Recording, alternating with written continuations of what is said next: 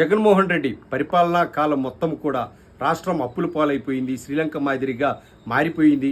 అయితే తాను అధికారంలోకి వస్తే మాత్రం రాష్ట్రాన్ని అప్పుల నుంచి బయటపడేయడమే కాకుండా అప్పులు చేయకుండా కేవలం సంపద సృష్టి ద్వారానే రాష్ట్రాన్ని అభివృద్ధి చేస్తానని చెప్పినటువంటి చంద్రబాబు నాయుడు ఇప్పుడేమో ఏకంగా అప్పుల విషయంలో రాష్ట్రాన్ని సుసంపన్నం చేయడమే కాకుండా రాష్ట్రాన్ని అగ్రస్థానంలో నిలబెట్టేశారు.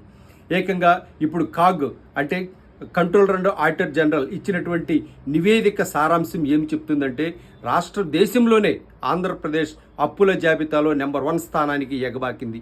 దాదాపుగా నెలకు 10,000 కోట్ల రూపాయలకు పైగా అప్పులు చేస్తున్నట్టుగా నివేదిక వెల్లడించింది.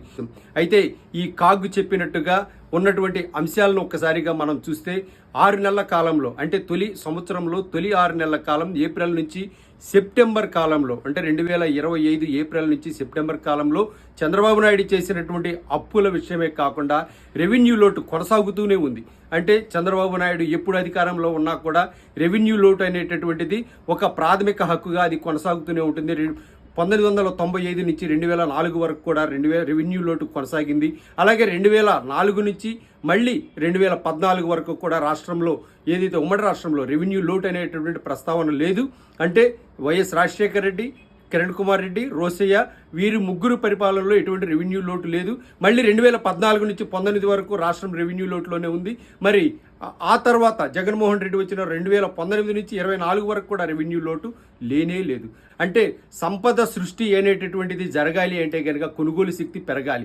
కొనుగోలు శక్తి ఎవరికి పెరిగినటువంటి దాఖలాలు కూడా లేవు. 2019 నుంచి 2024 మధ్య జగన్మోహన్ రెడ్డి పరిపాలనా కాలంలో అందుకున్నటువంటి పారామీటర్స్ దరిదాపులకు కూడా చంద్రబాబు నాయుడు ఏదైతే ఫైనాన్షియల్ మెజర్మెంట్స్ అనేవి ఏవి కూడా రీచ్ కాలేకపోయాయి. మరి ఇటువంటి దారుణమైన పరిస్థితి చూస్తే రాష్ట్రం సంపద సృష్టి జరుగుతుందా లేదంటే విజనరీ అప్పుల పాలు చేస్తున్నాడా రాష్ట్రాన్ని అనేటటువంటివి ఇప్పుడు అందరిలో కలుగుతున్నటువంటి ఆలోచన. ఏకంగా ఇప్పుడున్నటువంటి పరిస్థితుల్లో చూస్తే ఉత్తరప్రదేశ్ అప్పుల విషయంలో చాలా అట్టడుగు స్థానంలో ఉంది. అప్పుల విషయంలో కేవలం ఏప్రిల్ నుంచి సెప్టెంబర్ వరకు చూస్తే 9,000 కోట్లు మాత్రమే అప్పు చేసింది. అంటే చంద్రబాబు నాయుడు ఒక నెలకు చేసేటటువంటి అప్పుకు కూడా తక్కువగానే ఉందనేటటువంటిది కాగ్ నివేదిక వెల్లడించింది.